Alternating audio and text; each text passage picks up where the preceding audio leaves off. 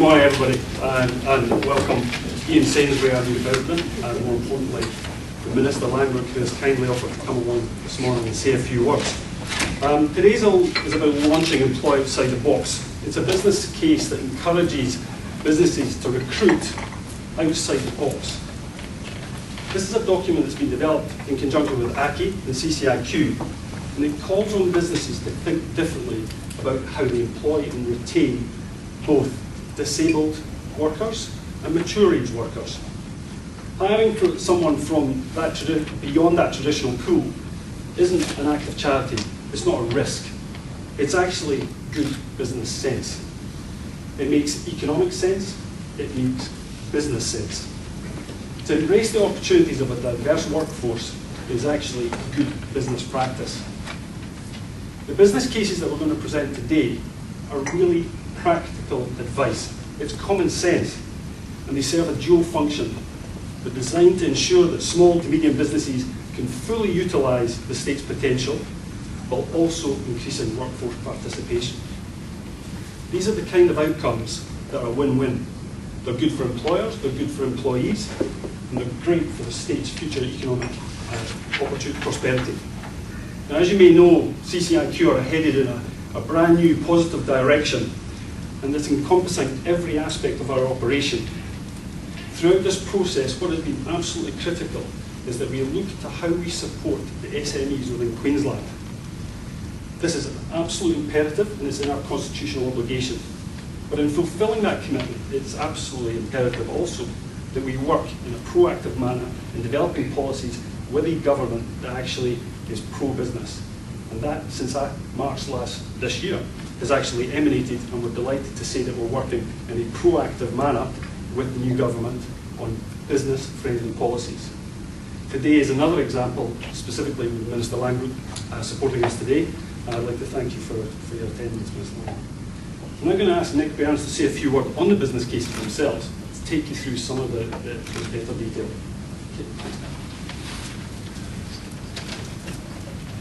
Thank you, Stephen, and good morning. I'm Nick Behrens, the General Manager of Advocacy at CCIQ. I second Stephen's remarks and join him in thanking the Minister for taking time out of his busy day to launch the Employ Outside the Box business cases. These business cases are a great tool that fit in well with our mission here at CCIQ, which is not only to make life easier for employers, but to help them succeed. Therein lies the value of these business cases. They provide a business-minded rationale for how employers can successfully take on mature age workers or workers with a disability to fulfil their workforce needs. We know that businesses in Queensland have been particularly affected by skill shortages and labour mobility problems across regions and professions. The business cases break down some of the preconceptions that are often held, and preconceptions are often misconceptions. They provide advice on the kind of internal adjustments that workplaces can make to accommodate more diverse employees in a manner that is a value add for the business and an immense benefit to the Queensland economy. Over most KPIs, employees who are mature-aged or have a disability match it head-to-head with other employees. But at the same time, mature-age workers bring with them their networks, experience, capacity to mentor, and profound loyalty. And employees with a disability have a positive attitude, enthusiasm, problem-solving skills, and add workplace morale and productivity. The recent loss of the federal government employer incentives for taking on mature-age apprenticeships was short-sighted and makes it that much more difficult for employers to give someone a start. This is why it is so pleasing to have Minister Langbroek support in this endeavour.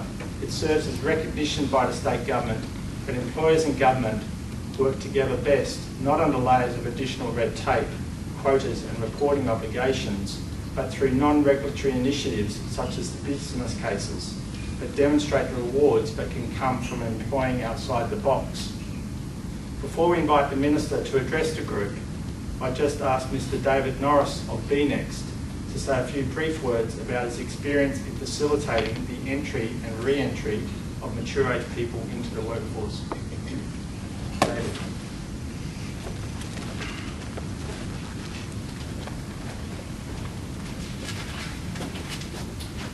Thanks, Nick. Minister, members of the board and colleagues and committee members. 2007 I sat on the banks of the Warrego River just outside Charleville, and at that time I'd done a review of health and community services throughout the region. What was clear and apparent in that review was that the community was very vulnerable from all the things that we know from workforce planning, having an available, capable and sustainable workforce for service delivery. It was at that time in 2007 that it just proved a very strong metaphor of my experience there, that the levee wall surrounding Charleville was incomplete. They couldn't get a worker, or the engineering firm couldn't get a worker to complete that levee wall. It's too hard, too difficult, not the right skill set. In the end, they end up engaging a retired engineer to come out and fulfil the body of works, completed on time 2 weeks before a significant flood came through the region. In 2012, you probably remember the images of Charleville. There was only a finger's breadth between the top of that levee wall and the town going under. That's what experience can do, as an experienced dividend in this particular scenario. I'm often asked why employ older people. And I could echo the sentiments in the room about experience, diversity, networks. But I think it comes down to a little bit more real for people. And I use the example of Moore's law. Moore in the 1960s talked about the computer processing power of computers that would double each year. In the end, it ended up being about every 18 months. What we are seeing in demographic change here in Queensland and in Australia is the compounding power of an ageing workforce. That this year, according to the ABS, we have more people leaving the workforce than entering, and this is the power of demographics.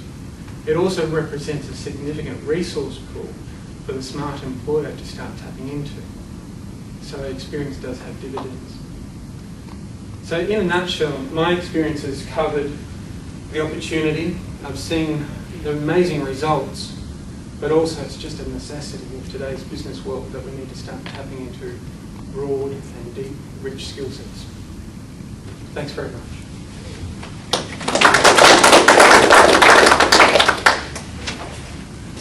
Thank you, Hon. And now invite Minister Langbroek to say a few words and join us. Well, thanks, Stephen. Hello, everyone. It's great to be here at CCIQ. Can I acknowledge you and Ian Sainsbury, of course, your new president, new board members. I have been a Chamber of Commerce president in the past, and so I've got a bit of experience with seeing the things that you go through. And can I acknowledge Nick Behrens, by the way, who still sends me his reports every couple of months, Nick, to my electorate office in Surfers Paradise, and it's something that I've known him in opposition as well. You know, when we were in opposition, that the Chamber, through its various names and titled, from Commerce Queensland to CCIQ, through Nick's efforts, has certainly kept in touch with members of Parliament, and that's something that we appreciate. But we appreciate it because of your practical information that you put out. For example, what we're talking about today, employ outside the box, cutting through what politicians often have to do, which are the political realities of, unfortunately, a lot of short-termism in terms of political debate, but that you guys are looking at things, you guys and women, of course, are collectively looking at the things that will affect our workforce and those issues that we are facing. And the bottom line is we're facing it because of the generation that I'm part of, the late baby boomers. I was born in 1961, so you know, for most people who talk about Gen X and Gen Y, that if you're in my generation, which was born in 1961, post the war, we've got this great cohort going through, and I know that you will all be aware of those sorts of statistics. That means that we are not having the same procreation as we had, even though Peter Costello encouraged it, if you'll remember, have one for each of you and one for the country, and that has raised the birth rates. But we do have this significant bubble going through of people, as I say, my vintage tail-end baby boomers, and that's leading to the statistics that I know you're aware of. Within the next 4 decades, the number of people over 65 years will double in Australia, and that within 7 years, around 85% of labour market growth will come from people older than 45 years. And we can't just say, well, guess what, they're old, we don't want to employ them. And that's something that the Newman government, of course, says, that in terms of building a greater economy and increasing productivity, we have to make sure that we also support mature age and disabled workers. Now, there's been a lot of political debate again over the last few weeks and months about the National Disability Insurance Scheme. And once again, when you cut through all the politics and the practical reality of funding, because that's something that politicians have to deal with, I can tell you, of course, that we support it. The Premier supports it, but we've got to deal with the cards we've been given in terms of our budget. But we do support it. But in a whole lot of other areas, including our 4-pillar economy that you hear us speak about all the time, we are implementing a range of strategies for a number of those areas that include making sure that employers are prepared to look at mature age or disabled workers. In TAFE, which is an area of government responsibility for which I have, we've spent over, from our Vet Revenue General, which is our TAFE funding, or our training money, we spent $76 million in 2011-12 on mature age and disabled training. So we are committed to it, and we're also working with Construction Skills Queensland, one of the skills bodies that falls underneath Skills Queensland, to make sure that we try to increase the representation of women in the construction sector. That's been a significant area of endeavour of us as a government, and a promise from opposition, to make sure that we get people in professions, as we say, traditionally dominated by men. So that's been working with Construction Skills Queensland, but also trying to get more mature age and people with a disability into the construction sector. So the important thing is we all have to acknowledge the value that people who are mature and or have some level of disability can bring to the workforce. For some reason, we all acknowledge it, and people do when they're at school. Parents say to me all the time, especially parents with children with a level of disability, that they think it's very important for children who don't have a disability to be able to acknowledge the diversity that exists throughout the population, and yet for some reason in the workforce a lot of us can say, and traditionally have said, oh well, they're a bit old and burnt out at 45. Well, of course we're not old and burnt out at 45, especially in politics. It's a great thing. As a dentist, I always say don't see him too young and don't see him too old.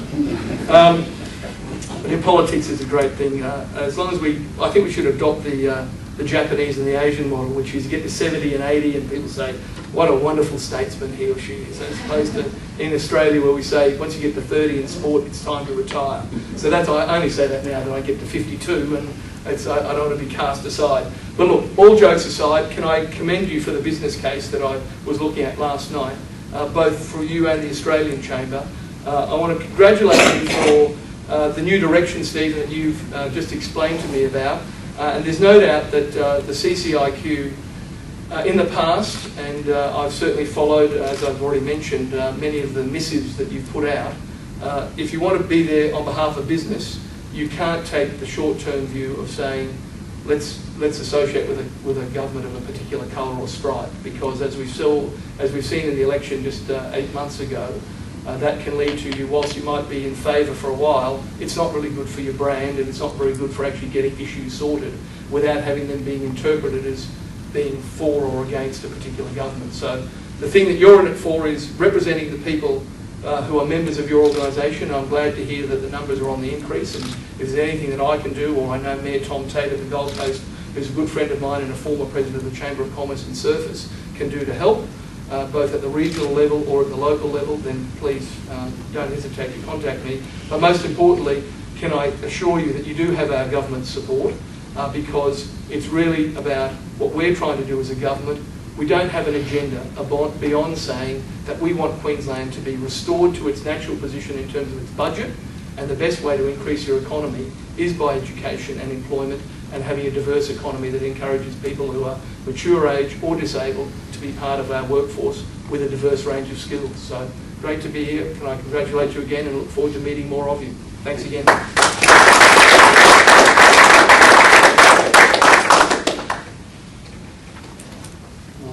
50-year-old father. father of 4. I don't think I'm over the hill, but it was by default, not by design. I ended up with 4 new Australians, so proud to be a new Aussie about 6 or 7 months ago. But the diversity of our workforce, whether it's by your place of birth or whether it's through being disadvantaged or whether it's being disabled or aging, that diversity should be celebrated. And today, your kind words today supported that view, and it supports our business cases today. So I'd like to thank you on behalf of CCIQ Minister for coming along today and supporting this initiative. I'd like to thank the team for actually working on this and pulling it together. It's a major initiative that we'll continue to push for the next 12 months, and we look forward to working with the government on developing our policies going forward in a proactive manner for the better of the economy of Queensland. Thank you very much for your attendance. Thank you very much.